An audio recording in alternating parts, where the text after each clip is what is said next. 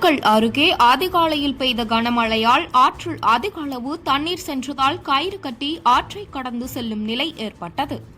கிராமம் துண்டிப்பு. பள்ளி கல்லூரி மாணவ மாணவிகள் பள்ளிக்கு செல்ல முடியாமல் தவிர்ப்பு. திண்டுக்கல் மாவட்டம் நத்தம் மற்றும் அதன் சுற்றுவட்டார பகுதிகளில் அதிகாலை முதல் கனமழை பெய்தது.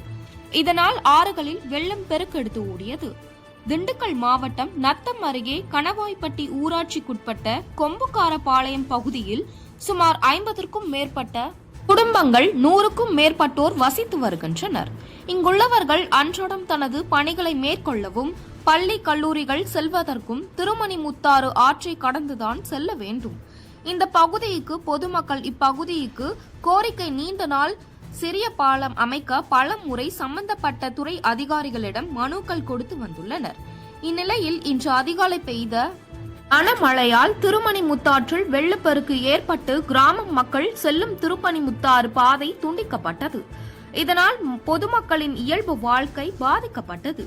பள்ளி கல்லூரிக்கு செல்லக்கூடிய மாணவ மாணவிகள் மற்றும் வேலைக்கு செல்லக்கூடிய பொதுமக்கள் இயல்பு வாழ்க்கை பாதிக்கப்பட்டு வீட்டிலேயே முடங்கி கிடக்கும் நிலை ஏற்பட்டது.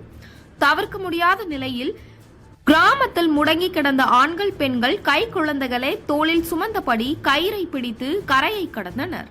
தொடர்ந்து இதே நிலை நீடித்தது. ஆற்றை கடப்பதற்கு சிறு பாலம் அமைத்து தர வேண்டும் என்று அப்பகுதி பொதுமக்கள் கோரிக்கை